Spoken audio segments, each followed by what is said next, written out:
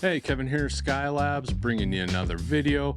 Gonna be a really fun one. We're gonna sit down with my friend Bill Neumann, the owner of FixMyDual.com, known around the world as the top expert in vintage dual turntables. Bill knows these things better than anybody I know. I've seen him take these things apart in 5 minutes down to every nut and bolt and then reassemble them a half hour later, ready to go. It is really incredible to see this guy in action. He's a really, really good guy. And so one day I just asked Bill, hey, do you mind coming on the show and sharing your experience with dual turntables and fixmydual.com? And Bill, being the gracious person he is, said yes. So I appreciate Bill taking the time to sit down with us. I hope you enjoy the content. And also, if you'd rather listen to this in a podcast style, check out the Skylabs audio podcast. We're on most of the platforms at this point. I think there's just a couple left to get things uploaded to. But if you'd rather listen to this while you're driving or maybe put on some earbuds and get some stuff done around the house, definitely go check out Skylab's audio podcast. Now let's go talk to Bill.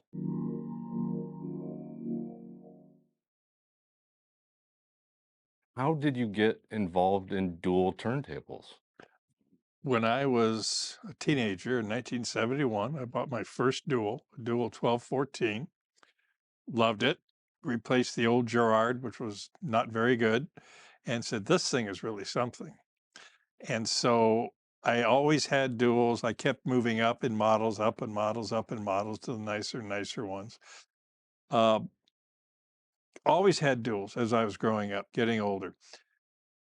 Had different brands, had other brands, and always got rid of them. They didn't have the mechanical wherewithal that a dual did. They didn't have the durability, the build quality that the dual did. Dual didn't try to be a Cadillac. That wasn't their thing. They said there's more expensive turntables, there are better turntables. We'll tell you that. But their goal was to make an affordable turntable that had tremendous build quality. So they weren't going to be a Chevy, they weren't going to be a Cadillac. Between an Oldsmobile and a Buick worked for them. It's exactly what they did, and they hit the nail on the head. In the late 60s into the mid 70s, in my opinion, was the zenith of the build quality for the duals. The durability was there, unbelievable motors were there. Everything about them was extremely well built. As you went forward into the later 70s, the Japanese tables were coming onto the market, and they did a pretty good job. I remember going to some of the chain stores, and they would bring in the morning a pallet of Pioneer PL12D turntables. They were semi-automatic, they looked good, and they chunked them out the door for 99 bucks. And at the end of the day, the pallet was empty. And Dual couldn't compete. So they were getting cheaper and cheaper in their build quality to try to get their prices down. Went to belt drive turntables away from direct drive or idler wheel drive, which is cheaper, and basically lost their way. And the CD revolution took them out once and for all in the 90s. Uh, how I got into it is I've always been extremely mechanically inclined. That's just my bend. And when I was younger, my hobby was rebuilding wrecked Corvettes. I just had a great time crawling around on those things. As I got older and not quite so flexible, I decided maybe I need to go a different direction with this. And I had old duals. I could fix them up. This is fun. Taught myself. That's the only way to do it. And because there's no 1-800 dual to call, so you're on your own. In the mid 90s, you could buy and sell these things on eBay. That was something new. And so this is kind of fun. And so I got to thinking, when I get older, I'm going to retire and look for something to do. And so work in the garage, make some duels, make a few dollars, stay out of my wife's hair. This is a win-win situation. A friend of mine in 2004 told me, Bill, you ought to put up a website. And against my better judgment, I did, and it just exploded. Had to quit my day job, had to forget the garage, had to set up a shop, had to set up an office. And today we're just swamped with work, thankfully. We send duels all over the world. We have several repeat customers. Have one sheikh in Saudi Arabia that buys one about every 6, 8 months. Just wants to try a different one. The FedEx bill is like $1,500 to get it to him. That doesn't matter. We have some really interesting customers that we've run across, and I've learned a lot from a lot of really neat people. I think the best part of the whole job is I'm working with toys. Yeah. Everybody loves their toys. I do too. And everybody's in a good mood. So it makes it so much fun. Uh, you're starting with a tremendous product. And there was a fella at Audio Labs downtown called Lou. And Lou was a salesman for them, and he didn't like duels. We got along just great, but he didn't like duels, so we agreed to disagree. And he had a term for duels, which was very apropos. People would bring a duel in for service, and they say it has dualitis. What in the world is that? The mechanics don't work quite right. They're a little bit sluggish. It's not quite right. So they bring it in for service. And this is true everywhere, all over the country, probably all over the world. The dual design, I think, was exceptional. Every little detail was just right. And at the end of the day, putting this stuff together, they had planned obsolescence. They put grease where you shouldn't put grease. And over time, grease will attract dirt and dust and get sticky. And the mechanisms just don't work quite right. Well, you take it into Bob, the service guy, and he's going to give you the standard answer 12 weeks. You don't want to wait 12 weeks. So you're walking out with a new dual, which is exactly what they wanted you to do. So honestly, so much of our process with these machines, besides resetting everything up, is disassembling them and cleaning them and getting rid of all that old gunk and garbage. And no grease in our shop, absolutely none.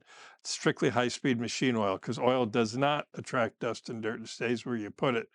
And we have been doing this now full time since 2004, and they haven't started coming back yet. Oh, that's great. So uh, I think so much of what we do, the single word I come up with is passion.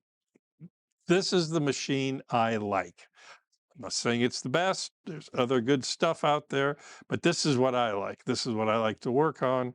And I'd like to think that the passion shows through in the quality of the product that we put out the door, because that's everything. That's what people want. Just, I want my record player to work. That's all we want. So it's fun. It's a great business. And so it's great getting up every day. Ever since we put up the website, it's been about 70 hours a week, every week. But that's okay. Yeah. It's fun. I have a shop set up at home as well. So if my wife wants to see me on the weekend, she can. And if not, that's good too. You take customer units home too there. Oh, absolutely. Every night. Yep. Every night. Yeah. I try to do one turntable at night, every night, as well what I'm doing during the day. So, turn on the ball game or whatnot with the TV in the garage and off you go. What do you think your average is? Maybe a month? How many? So if you're doing, Well, I'll say a week. We're trying to kick out the door probably 10 to 12 units a week in service and probably 1 to 2 in sales. wow. Lately, sales have been going up. You never know. We stock over 80 duels for sale at all times. And the reason I do that is if a customer calls and says, Bill, I'm looking for a particular duel, my initial answer is yes, I got it. Yeah. Well, what? Nope, I got it. Don't worry. Yeah. It's here. Yeah. We'll take care of you. And that's fun too, is being able to do that. Dual was imported into this country. Well, I'll take a step back. The way Dual was set up is they set up uh, arrangements in various countries with companies to import the duals and then distribute them. Dual didn't do that. They worked with Grundig in Germany, a company called Noresco in Canada, and United Audio based in New York here. And in the United States, United Audio would place their order for duals. The people in St. George and the Black Forest would pack them up and send them over here. And then United Audio made their own walnut veneer bases and dust covers that they mated up with these duals so you could buy the whole package. And after 50 years, their bases and dust covers have fallen apart. They weren't well built to begin with. And so that's one of the things that we do is I have a wood background. So we make our own walnut lumber bases, and the best walnut in the world is right here in Iowa. And we work with a sawmill outside of town, about 2 hours from here. So it works out real well. And so we bring us really great materials.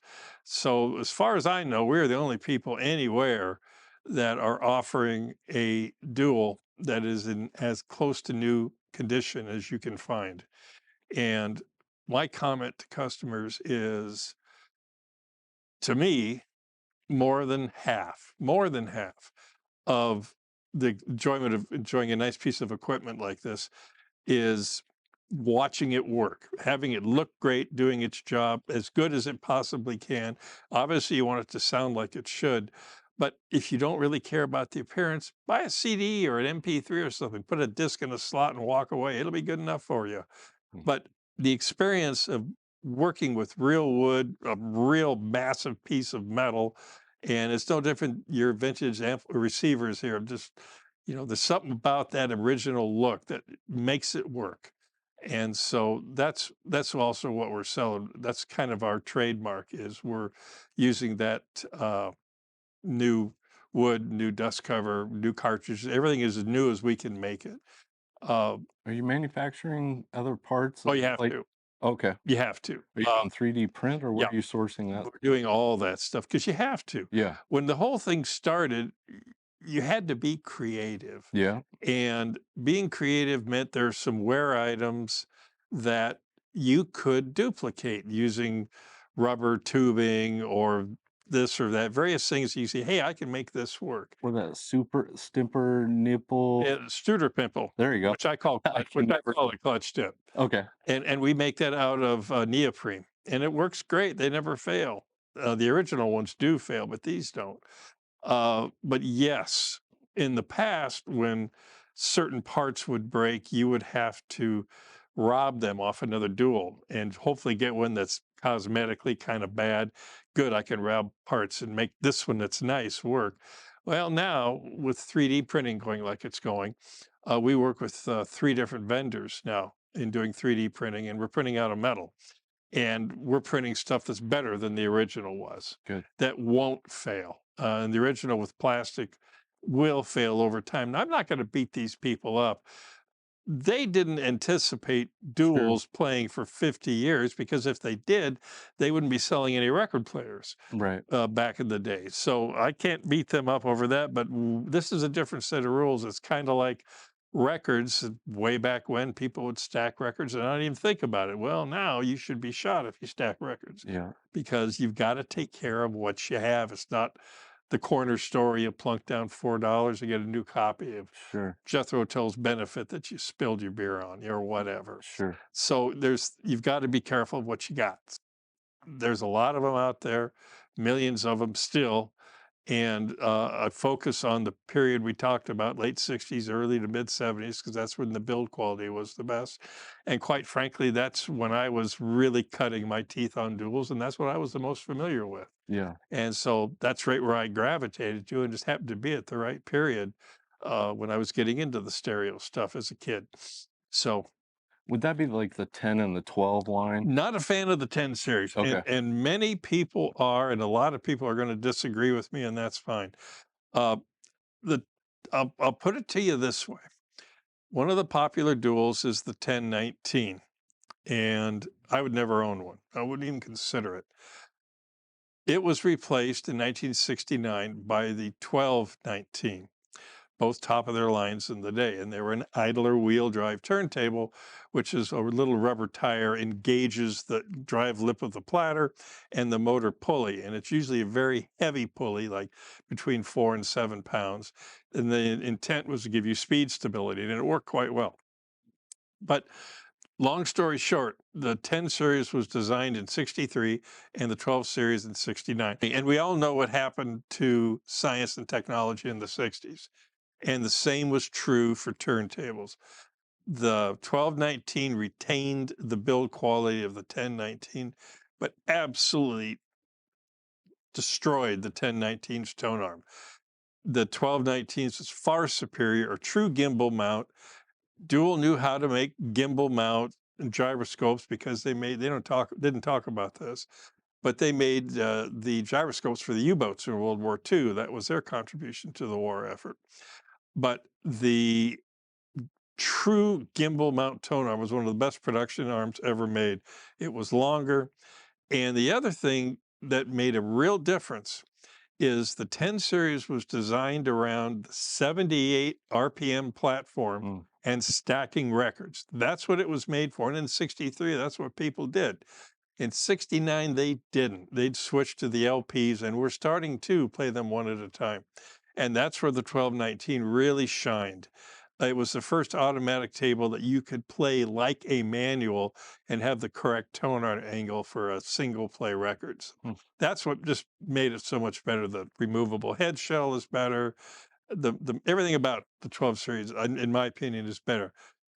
Does a 1019 say in good working order sound terrific? Yeah, it really does. Yeah, sure. It does sound terrific. It does a good job. Yeah. But it's just, nah, you want the 12 series. Yeah. It's just- Idler drives get a lot of flack from people because, there is that, the wheel is essentially putting its energy into the platter, which they claim rumble. Even though, like the Gerard 301, and there's a lot of idler drives, what are the Thorns 124? right. I know it's kind of a nasty word for you, It's but okay.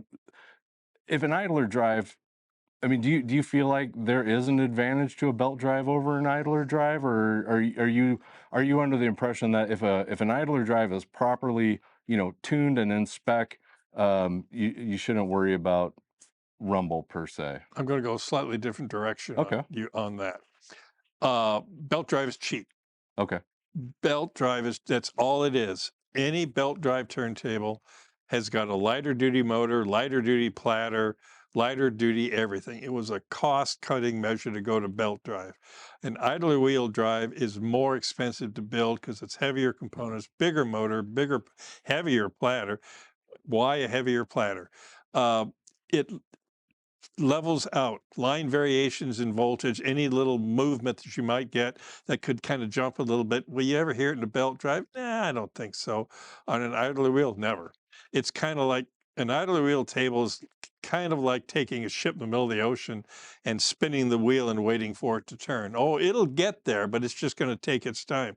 And so any variations in line signal or whatever, you're never going to hear it in an idler wheel table because of the mass of the platter. The inertia will overcome any little variations you have. Now, rumble, good point. There's people that rebuild our idler wheels. The old ones, like in the 10 series, they all pretty much are shot. The 12 series, they did something different, and I've had very good luck with them being very, very quiet.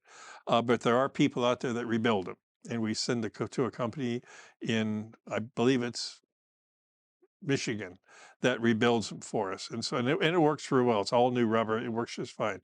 So you can overcome that, and then everything is nice and quiet. In the early 70s, everybody was turning into turntable snobs. I mean, it was just, and people were just tearing up idler wheel drives saying, wow, that's just making so much noise. And Dual finally said, fine, I'll fix you. And that's when they came out with the electronic direct drive. And the first one was the 701.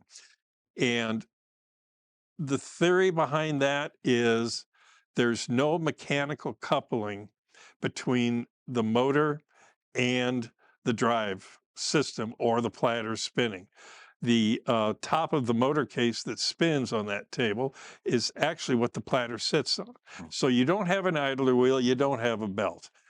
There's no noise being generated because there can't be. It's electronic, it's dead quiet. And so if somebody really is concerned about that, we'll go, okay, this one's for you because you will not have that issue. And that's precisely why Dual came out with that. Well, I'm getting old enough, I can't hear much anymore, but I don't hear rumble. I mean, if you do, usually the biggest culprit is people turn off the Dual Or for example, they have an amplifier and the dual is plugged into the switched convenience outlet, and they turn off the amp and the dual is in drive mode. Well, it'll turn off because you killed power to it. But the idler wheel is under pressure against that pulley, and that'll create a flat spot. No, sure. Then you start picking up rumbles. So if you abuse the thing, Yeah. you're going to have that issue. You're saying to make sure you disengage the idler wheel from the drive after Well, you're done playing. we'll take it a step further. You've got to plug, in my opinion, any turntable, but for sure, Joel, you've got to have power to it all the time. Mm. In the 1219, for example, it's a 99% mechanical beast. There's one capacitor in it in the power supply. And what that allows is a tiny little trickle of electricity to get through. And so if you don't have that when you power up a turntable, you can get a pop at the beginning or you can get a pop when it shuts off. That little trickle stops that. So then they're dead quiet. Works great unless you plug it into the switched outlet and disable it. Then you get the pop. What happened? Have you plugged it into power all the time? Well, no. Well, you need to, and it'll go away. Wow, good tip. So that's why you do that. And that's true for any turntable. But in the same vein, if you turn off your amp and forget to turn off your dual, just about all of them, without exception. I'm trying to think of one that doesn't, and I can't. But they will all shut off. Either most of them return to the rest and shut off. Some of them will lift up and shut off, but they won't just sit there and do like an AR does, go and go and go, where you have to pay attention to it. No disrespect to AR, it's a good table, but it's purely manual. Yeah.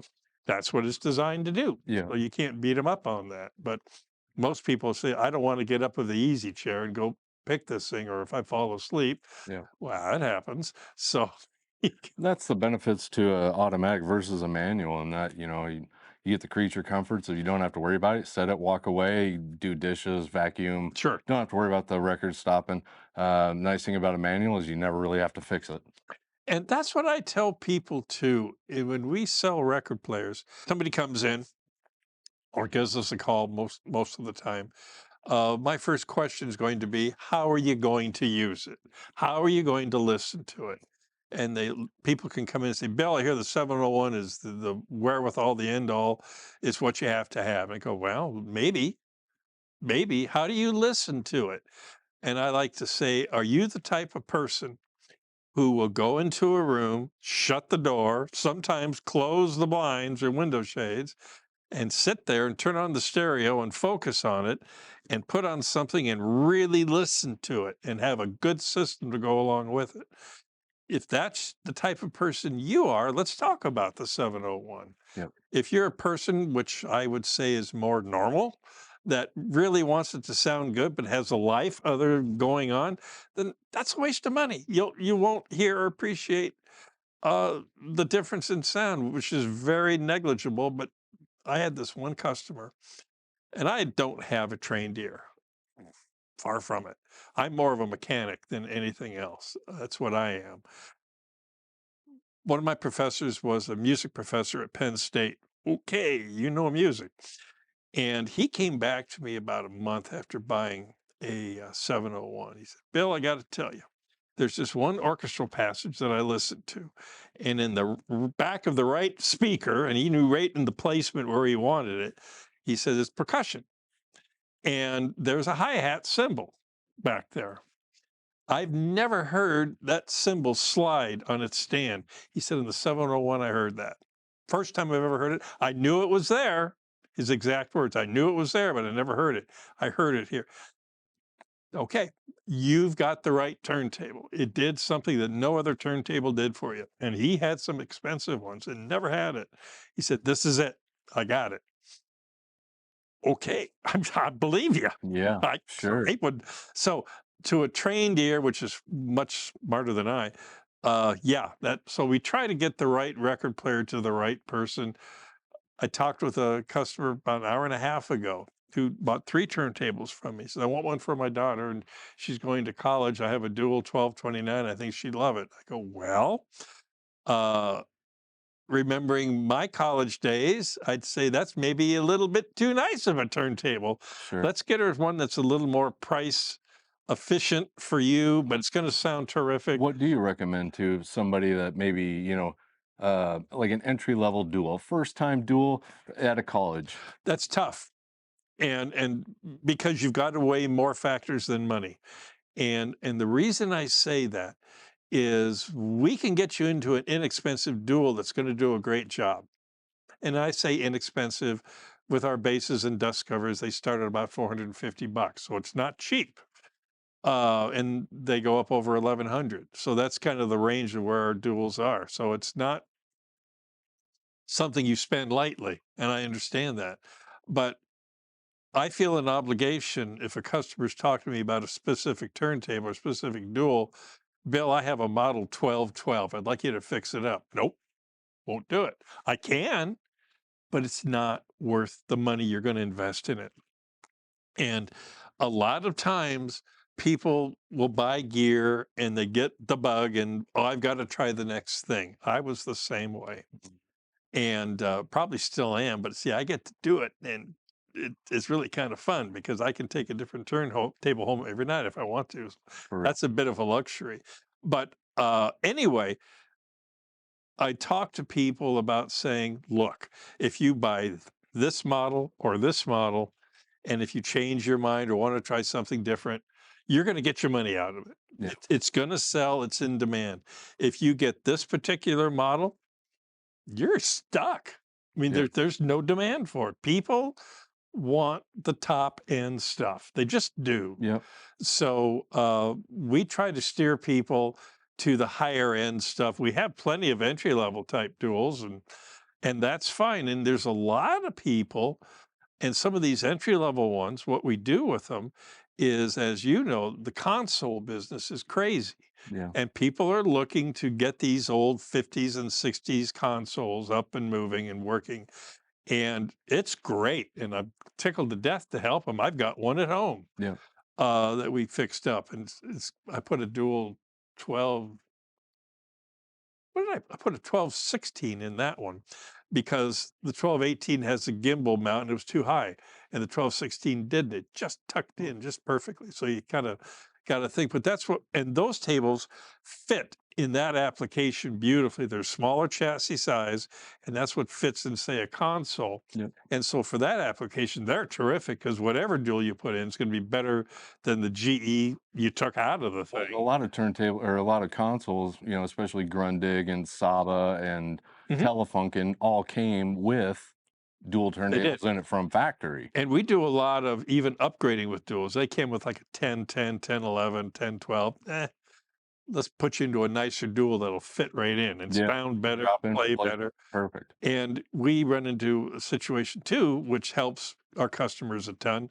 We make on a 3D printer, or I'm sorry, on a CNC router, misspoke.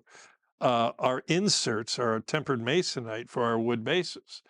And so I said, "Hey, here's an insert. Yep. You can put it in here, and with a router, use it as a template to machine it, or just cut a big hole, screw it down, and you're done." Yep. So that's little things like that. It makes it easier for people to think.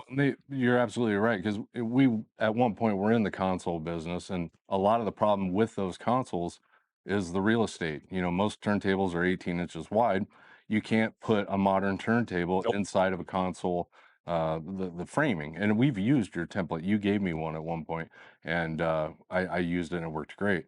That is, we used to recommend duals for people all the time. I think I'd sent them over to you to grab go grab a turntable from Dual or from Bill, and then we'll install it. Sure. And they're spring loaded, which is good too for rumble mitigation or Yeah. feedback loop. So I know you've got some pretty high end customers. Have any of your turntables ever made it into any movies or anything like that? It's interesting they have. And how these people find me, I'll never understand, but they do. And we were talked with the production company that was shooting uh, Mick Jagger's film for, I believe it was HBO, and it was called Vinyl. They called in a panic saying, "Bill, we need two 1219s." And so I was they had no idea what they were looking for. And I know how I am if I watch movies from the 60s or 70s time period and they flash a turntable, if something doesn't look right, I'm going to scream at the screen. That's right. This isn't right. That's right. And so they go, Bill, this takes place in 1969. This is when good.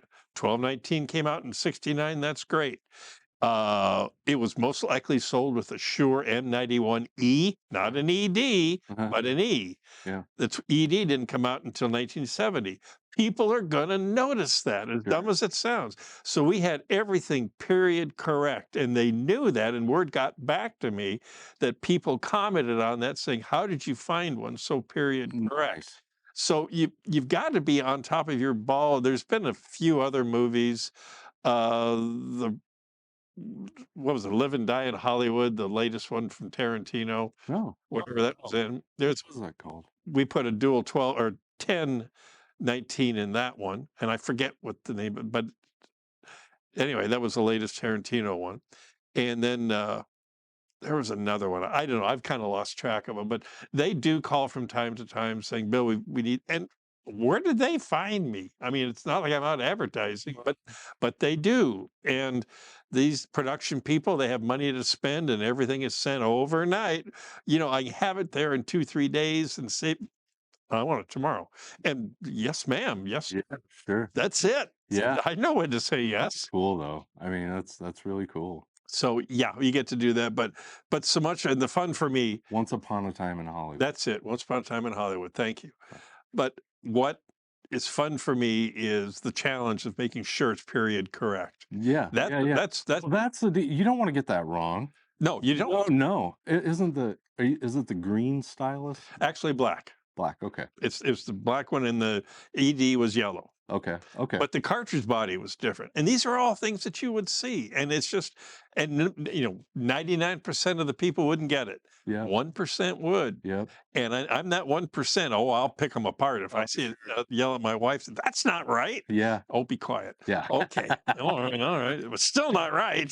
Right. It's not right. Well, they got the right guy. So, yep, attention to detail. That's all you do, but attention to detail. And have fun. Yeah. And have fun. It is music after all. Key to life. Yep. Are you okay? Ask me another question. Yeah. Let's do one more question. Okay. Bill, why do you like duals over other brands? Okay. Bill, why do you like duals? As we talked earlier, it's what I had, it's what I like. There's other brands that are good tables. Some people are really fussy about their records. They're fussy about vacuum cleaning them. They've got all kinds of stuff, and that ain't me. So I'm used to my disc washer, which everybody seemed to have. They were relatively inexpensive. Did a good job of cleaning records. And when I was in college, I had my duals and everything was fine. And I'd open up, put a record on. I'd put my disc washer, put my fluid on it, and put it on the leading edge of the record as it's spinning and kind of rotated. And you'd dog down the motor a little bit, but it would go. And then your record's clean and you're playing. Life is simple. I liked it. Yeah. Some reason I decided I had to have a Thorns. And I owned that one day and got rid of it. Went right back to the store. I said, I want my dual back. Why? What's wrong? What's wrong with it? I said, well, I'll tell you what's wrong with it. I didn't think it through. For most people, or a lot of people that are really take care of their records, it wouldn't matter. But you can't use a disc washer on a Thorns because the chassis, it'll bottom out every time. Yep. And so not good, not bad. Philips is that way, AR is that way, several brands are, and that's fine. But I'm lazy. I like my disc washer. That's just who I am. And that's another reason why duals work for me. Yeah. It's just very, very customer friendly because I put the disc washer on it, chunk. Yep. I just looked at it. What? This isn't going to work. Yeah. I could change my habits or change the turntable. Well, we know what happened there. Yeah. And I mean, just because I know you, I've talked to you so many times, in your opinion, the Cadillac is the 701? It is. I like, again, that was the sweet spot in the early to mid 70s where build quality was perfect. Getting into the later 70s, things were getting cheaper. There was more plastic, and dual was starting to get a little too cute for its own good. And the reason I say that, again, take a step back, Bill. they were putting some plastic parts in, and they weren't looking for these things to last 50 years, but they are, and and here we are.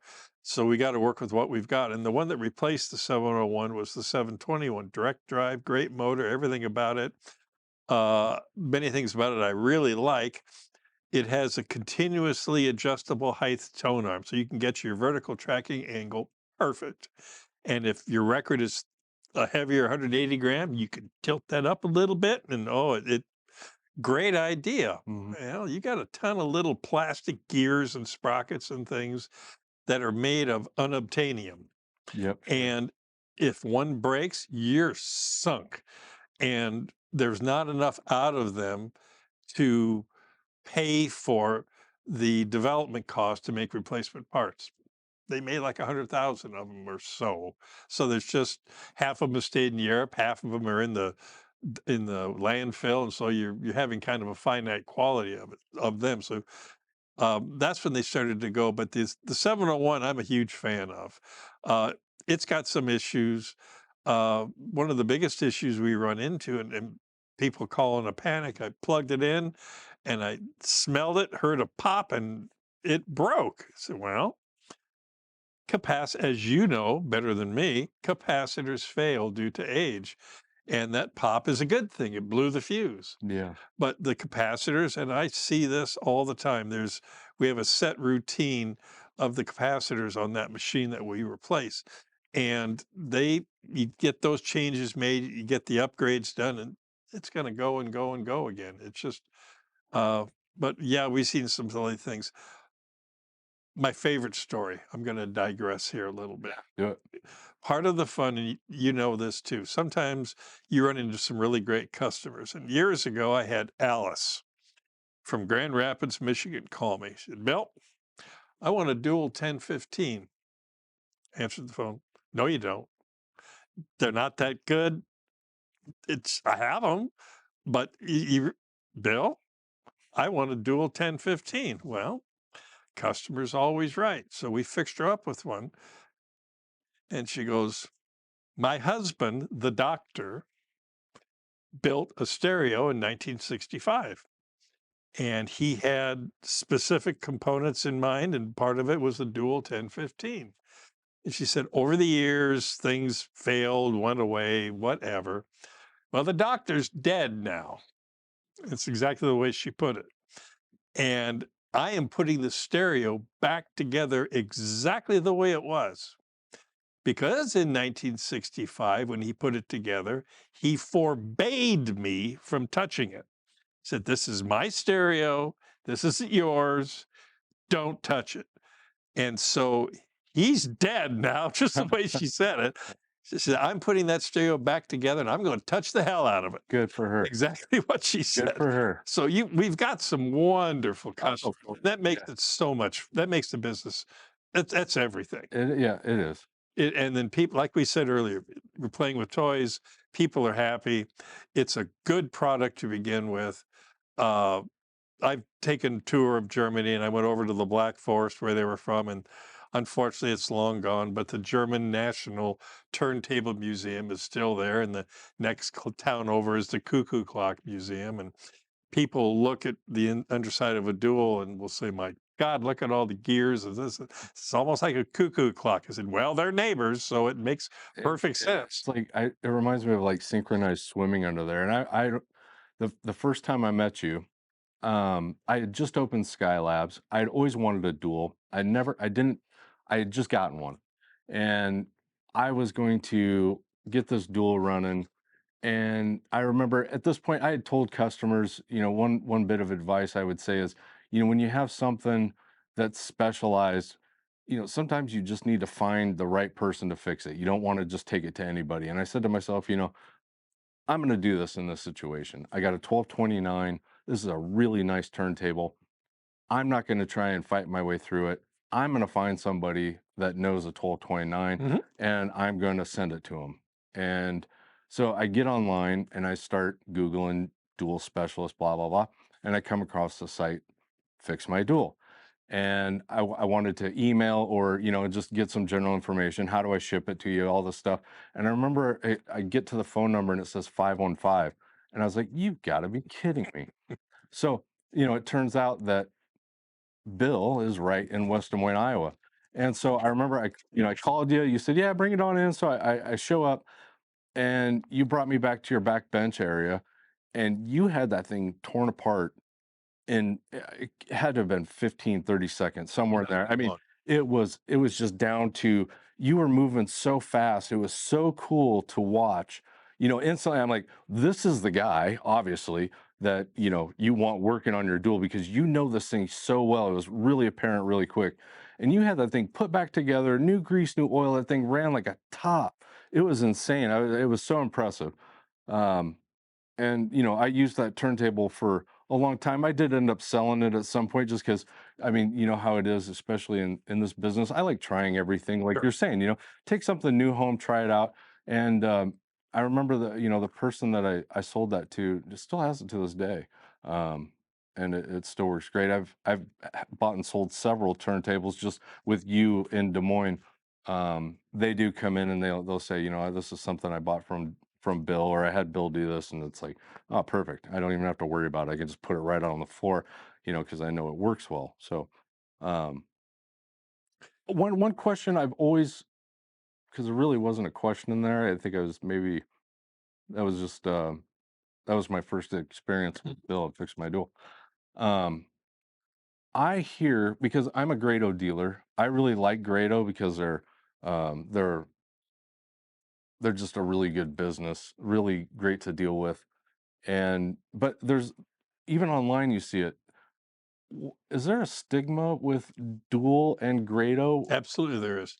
And where does that come from? And can you put an end to that rumor, good or bad? No, the problem that people have with Grado, and I have it, but the problem people have with Grado is they pick up a strong hum using a Grado cartridge. Now, in cartridges, you have moving magnet, you have moving coil, and then you have Grado, which is moving Moving iron. iron. Hmm. So it's a whole different concept.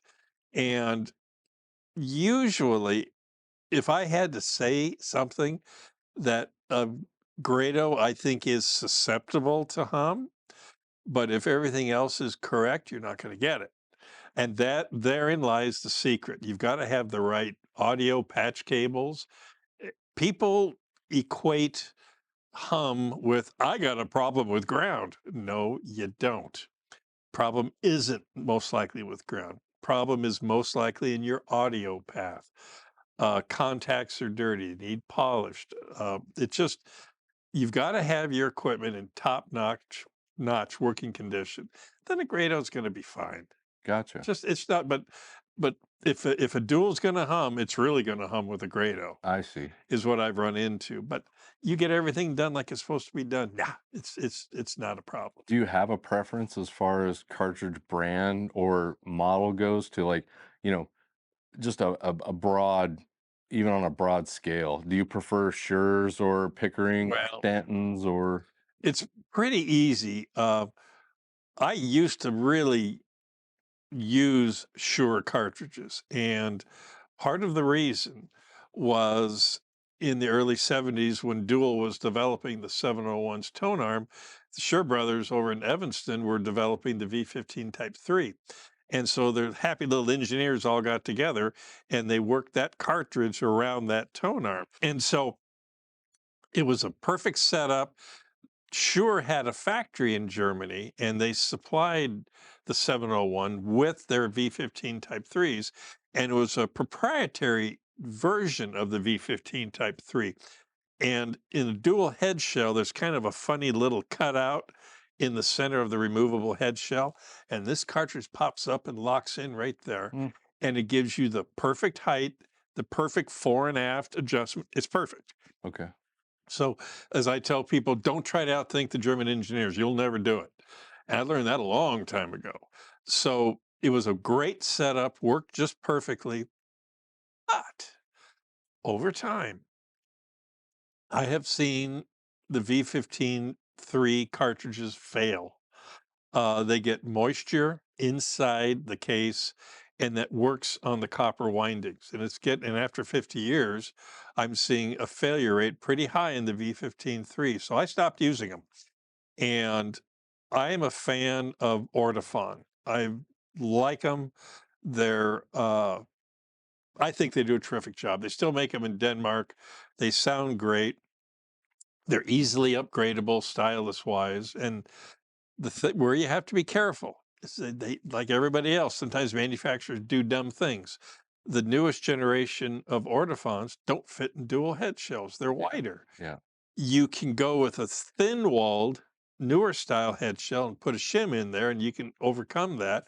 But the older style, the Concord design or the OM series, which is what it is, they fit perfectly. Well, they still make the OM, right? Yeah, still Yeah. available. But you're talking about the two The 2M. red and the two blue. Yep, the 2M series, they don't fit. Right. I mean, you can horse them in, Right. but you don't want to do that. Personally, I don't think they look good on a dual anyway. No, they're a little too big. Well, that way, yeah, and they're too modern looking, but Yep. it doesn't matter anyway. But we like the Concord on that design. And I think that the OM20, there's a 30 and there's a 40.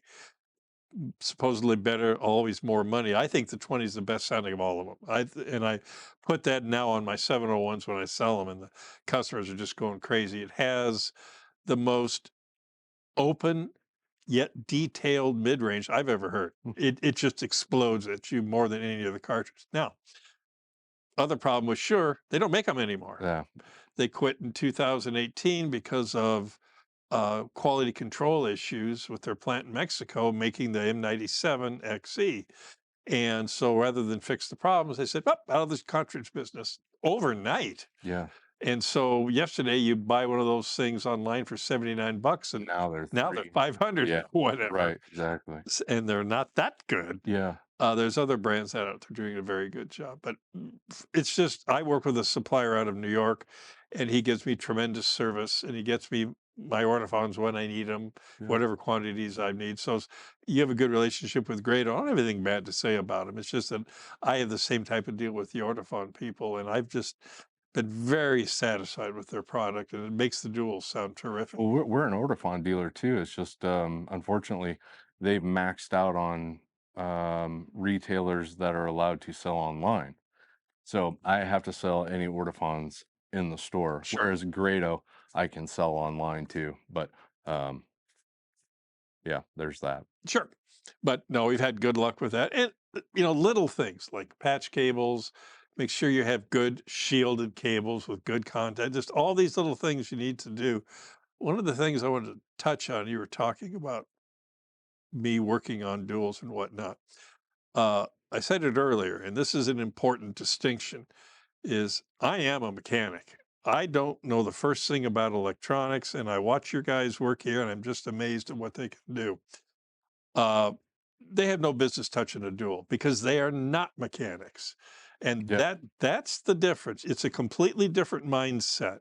And a person working with electronics, to me, it's fun. And it's just good. You want to read a resistor? Yeah, there it is. Well, okay, I believe you. It's a whole different mindset. It's a whole different thought. But no, I'm a mechanic, and that's what you need to be to work on these old duals. It's funny is because my dad was the one that used to do the rebuilds on the record changers and stuff like that. He worked for Ford forever. He's been a mechanic all his Sure. life, so he flips those over, and kind of he just naturally figures out, well, this turns this way, this turns this way, this turns this way, Absolutely. and he's one of those. We break a dial string, it goes to dad.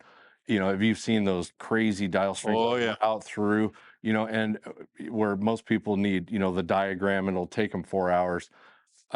He just looks at it and he can do it, which it's too bad. He's really getting up there in age because there's not a lot of people out there that have that kind of mind that, it's just not a skill set anymore that's being taught or, even developed at this point, just because what mechanics really are being used in anything. And that's what you just, touched on, which is a question I field every week. People will visit me and they'll go, Bill, when are you going to retire? I don't know. I'm having too much fun. What happens when you do retire? Are you bringing your sons along into the business? Oh, heck no, they're engineers. One's in Boston, one's in Huntsville. They're off doing their own thing, and life's good. Well, when you want to end the business, what's going to happen to it? I said, well, I'll probably end when I die, and then I don't care. Right. You can't. You can teach electronic repair. You can teach mechanics. You can't teach the passion. And if you don't have the passion for the product or the work, it's never going to work.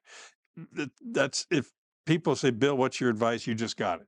Yeah. If you don't have the passion, your passion shows in your product and your work and your excitement and your interest. And if you don't have it, it's not going to work. Well, I think, I mean, in some ways, you look at some industries where entrepreneurship is part of the regiment, even the recording industry. I've got a degree in recording engineering, and I had a couple choices. I either went to New York or I went to LA, Sure. and my options were to pay a studio to work there.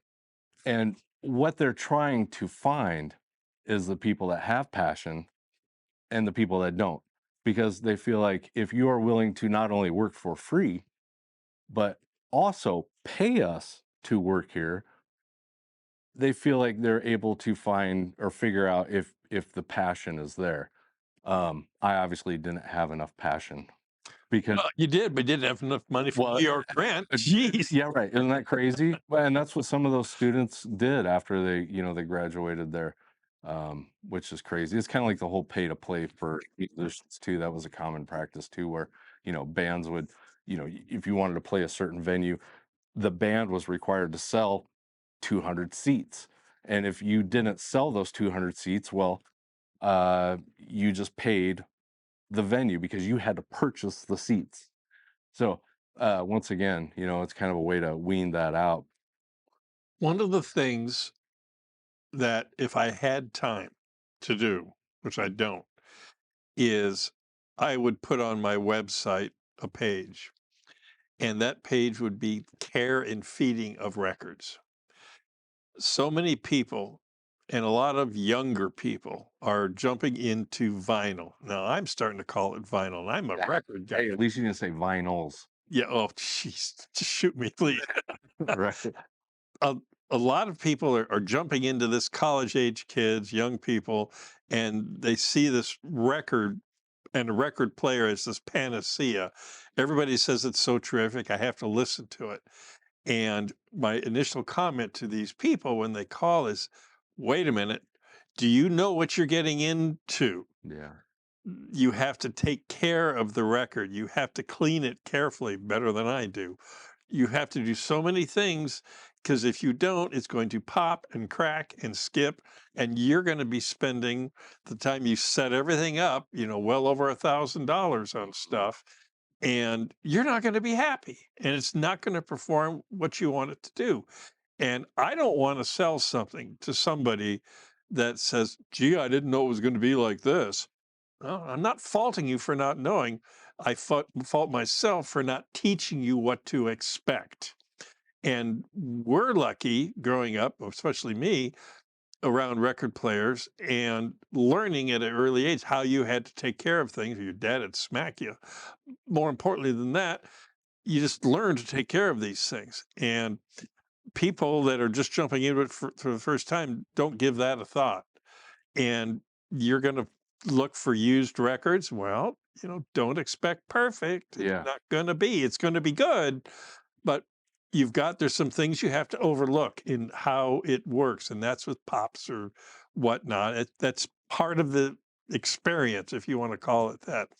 And if you want something to sound like a perfect CD or MP3, that's what you need to buy. Yep. Don't buy a record player. You won't be happy with it. And so that's what I'm trying to do as well, is understand my customer. If it's an older person like me who's been around it, or especially previous customers, we know what we're going to get. But this is what I want. Great. Yeah. We got them. Let's go. You understand the level of performance, and there's a level of expectation. Sure. And if you come into it and go, "Well, I didn't think it was going to be like this," well, then I didn't do my job telling you. And I need to put a page up, care and feeding of records. I've been saying that for years. But when you work 70 hours a week, you don't have time for that. Well, and I say this all the time too. You do need to be you need a certain level of OCD. You need the right amount of OCD where you're cleaning your records because you have to clean them, and then but you don't want to be over OCD where any pop and click is going to drive you crazy. So there's kind of a fine line with records where, if you're not OCD enough, you're going to destroy your records. If you're too OCD, you're going to hate it anyway because there's so many imperfections Yep. in the medium just from Just the way it is. just the way it is. Yeah, those are records. Yeah. It's just that simple. The other thing too is, I'll tell people this, they come in and I want to buy my son or daughter, their first turntable. Do you have any of those suitcase record players? And I say, yeah, no, obviously we don't, for a lot of reasons, besides the fact that, they're horrible on records. Yeah, Mickey doesn't play here. Yeah. The main thing for me is, I always say it's kind of like getting into photography. You don't want to, if your kid comes up to you and says, I want to try out photography, if you buy them a $30 click and shoot, are they really experiencing photography, or are they just clicking a button on a camera? You got to get to a certain, there's a baseline of what is going to get you the experience of a vinyl record. Mm-hmm. And unfortunately, there is a little bit of investment involved. Buying a Crosley Cruiser with a barbed wire stylus on it that is going through a tiny speaker built into that, you're not experiencing vinyl records. No, you're destroying them is what you're doing. You're really destroying them. And so, at your point right there, I do think a lot of people feel like, because we live in a world now that is, what's the term? Plug and play. Oh. Yeah, where we live in a plug and play world where, you either you take a device out of the box, you hit play, and everything plays on it. With a turntable, oddly enough, I get customers that are my age and older that you would have to think have owned a record player at some point in their life. And they'll buy a turntable. I'm thinking about getting back into vintage, cool, or getting back into vinyl, great, And then I'll get a message a couple hours later, and they got a picture of RCAs, and they're like, how do I plug these into my speakers? Yes. And I'm like, once again, maybe I should have asked, but I just assumed that you realize those have to go into an amplifier, and then, the speakers plug into the amplifier. So there is a lot of re-educating, even for people that have been out of the hobby for a while, and there is a lot of new educating with people getting into the hobby, and that this is not a plug and play universe of music playback. There is a lot of there's a lot of maintenance, there's a lot of setup, there's a lot of things to learn in order to get a decent vinyl experience.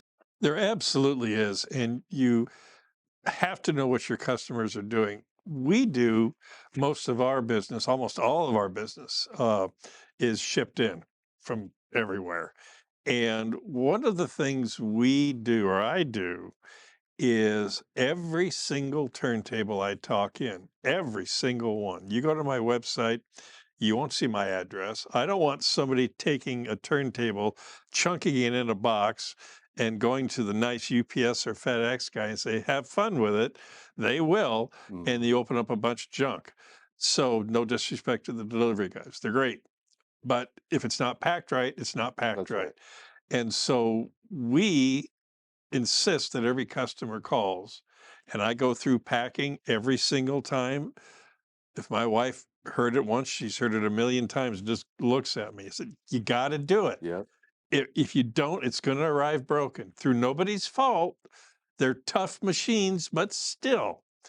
And when we sell a table, besides the instruction manual, I do my cheat sheet, which is a one-page quick setup, guys. Guys, if you follow what I say, you'll be playing in 5 minutes. Balancing the tone arm is critical. Yeah. People, you've got to beat that into their head. I hate to say it like that, but people call with a complaint. Did you balance the tone arm? Let's go through it together. Yeah. Oh, got to remember that. Call me if you have questions. That's why I'm here.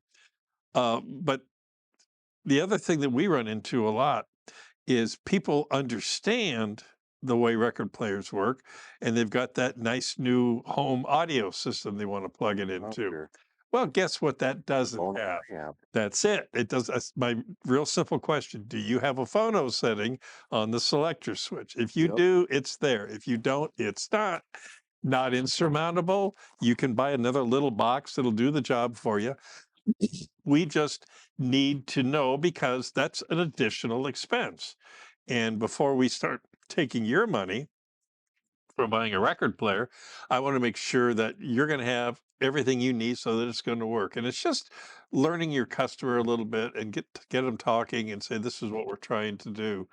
And most times people will really appreciate that. Well, all times, really. Sure. People appreciate that because they get it. They want it to work. And no more than I want it to work. We're in an internet world and we care what people say online about us, and we work darn hard for our reputations. I know you do, I know I do, and you want to keep it that way. And so the best way you can do that is with a good product, customer service, and be there when they need you. That's it. And that's all I try to do. Yeah, well, you've done it, obviously. I mean, I only hear really good things every time your business and name pops up on, whatever forum it is. And it's the same thing.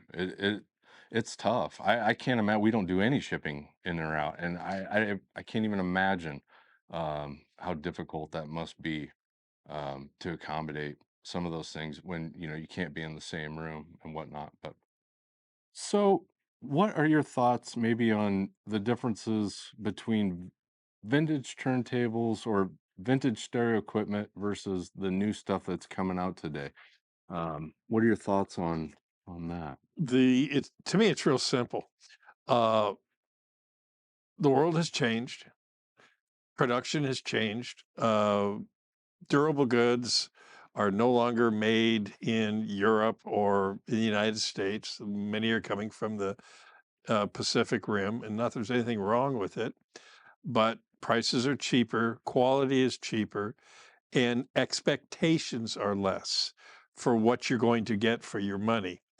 The vintage gear has a build quality and a construction and materials used to build that you can't honestly duplicate today. There's no way, in my opinion, a dual turntable could be made today that was built to the design specs of 1970s. There's just no way. What was new in 1970 at $250 would be $5,000 today. So it's just not going to happen. So we have to keep going. What was the superior build quality and what the level of expectation was at that period of time? People bought these things to use them for years and years, and they knew that the engineering and the design work put into it was A, going to work, B, work for a long time, and can't lose sight of the fact that a quality machine takes care of your records.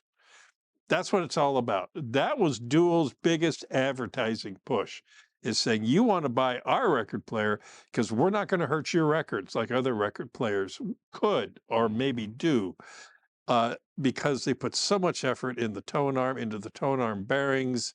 And you've got a stylus, which is a small diamond tip, and it's mounted on a cantilever that hangs down from the cartridge that has to follow the groove of the record. And people take these duals and other brands, and they're putting $3,000, $4,000, $5,000 cartridges on them. The cantilever isn't aluminum; it's made out of boron. You can't even get boron anymore. So they're doing some wild and crazy things, but these old turntables you can trust to take care of the investment of the cartridge. And that's not necessarily a small investment. Sure. It's easy to spend several $100s on that.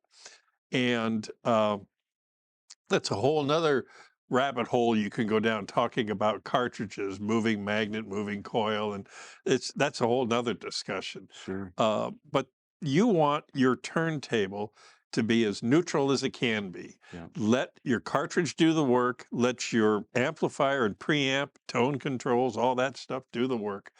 but you want something that's just rock solid and quiet Yeah. and just works for you. And that's where these old dual turntables work so darn well.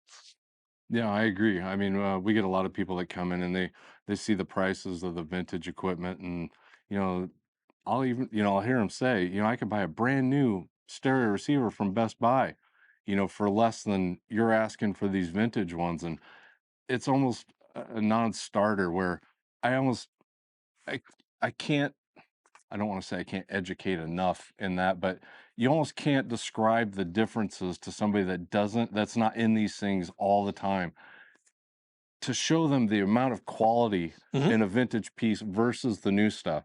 And that I do say this quite a bit.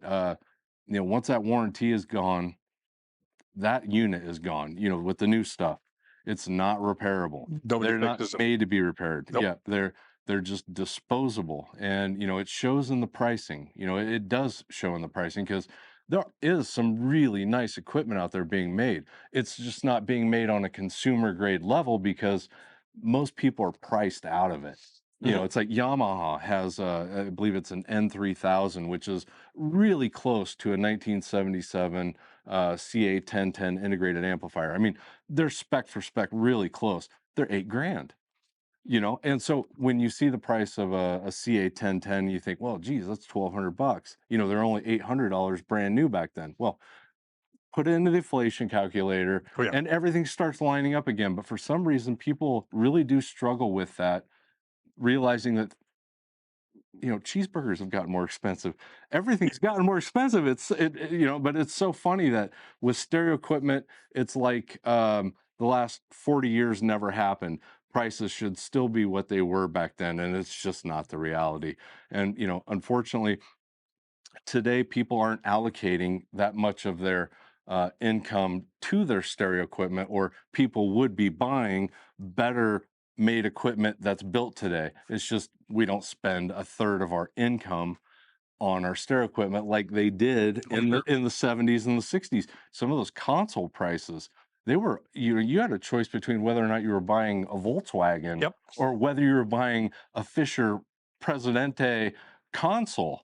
But uh you know that's the importance they put on having music in their living space. And we just did an interview with John Chen from Grado, and he made a really good point. Whereas, you know, you peasants back in the day didn't have the luxury of having music. You had to be royalty in order to have a quintet come over to your house and play for you, or go to see somebody in live music.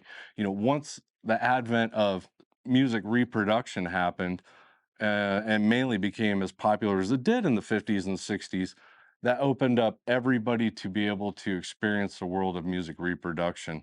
And now it's gotten to the point where it's really, for the price per unit, you can get a really good sounding stereo for very little money.